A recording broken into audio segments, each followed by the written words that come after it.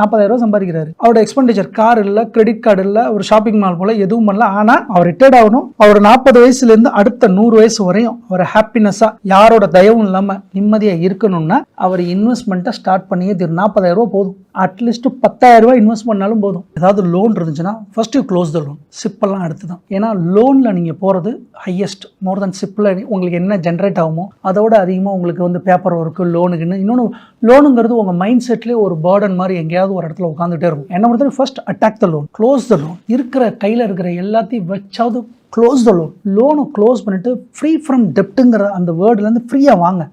அதுக்கப்புறம் எஸ்ஐபி நீங்கள் பண்ணுறீங்களா? நான் சொன்னது தான். 30 வயசு ஆகிடுச்சா 30,000 40,000 செலவை வச்சுக்கிட்டு மீதி எல்லாத்தையும் தூக்கி போடுங்க investment. But safer instrument. Mutual ஃபண்டில் ஒரு ஃபண்டு வாங்குங்க. 2-3 ஃபண்டெல்லாம் வாங்கினா எக்ஸிட் லோடு வந்து ஒரு % போகும். என் ஃப்ரெண்டு ஒருத்தன் 12 ஃபண்டு வச்சிருக்கான்.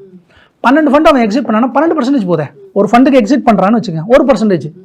ஸோ ஃபண்டும் கம்மியாக வச்சுக்கணும், எக்ஸ்பென்சிவ் ரேஷியோவும் கம்மியாக இருக்கணும், எக்ஸிட் லோடும் கம்மியாக இருக்கணும். ஸோ க்ரைட்டீரியா இருக்குது. So fund. அடுத்து கோல்டு, மந்த்லி இன்வெஸ்டர், பெண்களுக்கே பிடித்த கோல்டு அவங்களுக்கு. அடுத்து கார்ப்பரேட் பாண்டு. டைரக்ட் ஸ்டாக்கில் பொலிட்டிக்கலி இன்வால்வ் இல்லாமல், அதிக நாய்ஸ் இல்லாமல், சிஓ எந்த கரப்ஷன்லையும் மாட்டாமல், டெப்ட் ரேஷியோ கம்மியாக இருக்கிற, புக் வேல்யூ அதிகமாக இருக்கிற நல்ல ஸ்டாக்காக நிஃப்டி 50க்குள்ளே இருக்கிறதா அல்லது டாப் மிட் கேப்பில் இருக்கிற ஸ்டாக்ஸாக வாங்கி at least you need to make it. அது ஒன்று முடிஞ்சு. அதுக்கப்புறம் போஸ்ட் ஆஃபீஸ் நான் சொல்லிட்டேன். Every keep something like 5 to 10%. And wherever there is a possible, you make a land or real estate.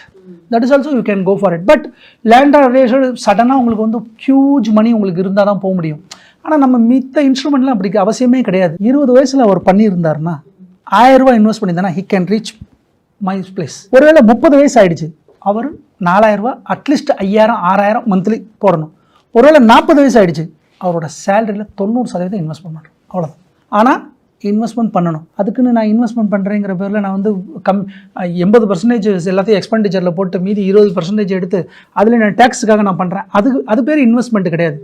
இன்வெஸ்ட்மெண்ட்டுங்கிறது ஒருத்தர் வேலை பார்க்குறாரு, ஒரு ஒய்ஃப் வேலை பார்க்குறாங்க, கணவர் ஒருத்தர் இருக்கார், 100% அவரோட இன்வெஸ்ட்மெண்ட் பண்ணணும். காம்பவுண்டிங் பவரோட எஃபெக்ட்டுக்கு முன்னாடி எதுவுமே இங்கே சாதாரணம் தான். காம்பவுண்டிங் எஃபெக்ட்டுங்கிறது எப்படின்னா, ஒரு 3000 ஒருத்தர் சம்பாதிக்கிறார், ரோட்டில் ஒருத்தர் போகிறாரு சம்பாதிக்கிறார், 3000 சம்பாதிக்கிறார். Enough for investment. மந்த்லி ஒரு 500 ரூபா இன்வெஸ்ட் பண்ணால் போதும். ஸோ இவ்வளோ புக்ஸ் நீங்கள் படிச்சிருக்கீங்க, டெய்லியுமே நீங்கள் வந்துட்டு படிச்சுட்டு தான் இருக்கீங்க. ஸோ நீங்கள் ஃபாலோ பண்ணுற ஒரு ஃபினான்ஷியல் அட்வைசர் யாருங்க அதை தெரிஞ்சுக்கலாம்? இல்லை, ஃபினான்ஷியல் அட்வைசர்னா என்னை பொறுத்தவரையும் நிறைய பேர் இருக்காங்க. இங்கே இன்ஃப்ளூயன்ஸுங்கிற பேர் நிறைய பேர் இருக்காங்க. இப்போ நான் ஒரு பேரை சொல்லி அடுத்த 6 மாதம் கழிச்சு அவர் ஏதாவது ஸ்பேம் பண்ணி ஏதாவது பண்ணாங்கன்னா அப்புறம் கமெண்ட்ல வந்து காரி நிறுத்து போவாங்க. அதனால வந்து ஒரு நேமை சொல்றதுக்கு முன்னாடி அந்த நேம் என்னைக்குமே பிரச்சனை வராத நேமா இருக்கணும். ஓகே, ஸ்கிராட்ச்ல இருந்து ஒருத்தவங்கள ஃபாலோ பண்றீங்க? நான் மிஸ்டர் பட்டு சார் தான். ஓகே, மிஸ்டர் பட்டு சார் தான். அந்த மனுஷன் மாதிரி ஷேவ் பண்ண மாட்டாரு, ஒரு அயன் பண்ணாத சட்டை, பின்னாடி ஒரு பழைய பீரோ, டல்லான கேமரா. ஆனால் அவரோட கண்டென்ட் 100% கண்டென்ட். அந்த கண்டென்ட்டை பார்த்து நிறைய பேர் மும்பையில் இருக்கிறவங்க, குஜராத் இருக்கிறவங்களாம் ஃபாலோ பண்ணிட்டு இருக்கான். But our people never follow this guy. Maybe இதுக்கப்புறம் வந்துட்டு இருக்கணும். அவருக்கு வந்து அவரோட அசெட் நான் பார்க்கும்போது எனக்குலாம் ரொம்ப ஆச்சரியமா இருக்கு. அந்த மனுஷன் எப்படா இவ்வளோ பெரிய கார்பஸ் எப்படி கிரியேட் பண்ணாரு? அவர் சொன்ன அந்த காம்பவுண்டிங் பவர், அவர் சொன்ன கால்குலேஷன், நீ மந்த் இத்தனை மாதம் நீ எஸ்ஐபி போட்டினா இத்தனை மாதம் இவ்வளோ வரும், நீ மார்க்கெட்டை பற்றி எதையுமே கவலைப்படாத, கீழே போகுது மேலே போகுது அதெல்லாம் எதையுமே கவலைப்படாது. அதுவும் மியூச்சுவல் ஃபண்டுனா என்னங்கிற வேர்டே நான் ஒரு பற்றி தான் தெரிஞ்சுக்கிட்டேன்.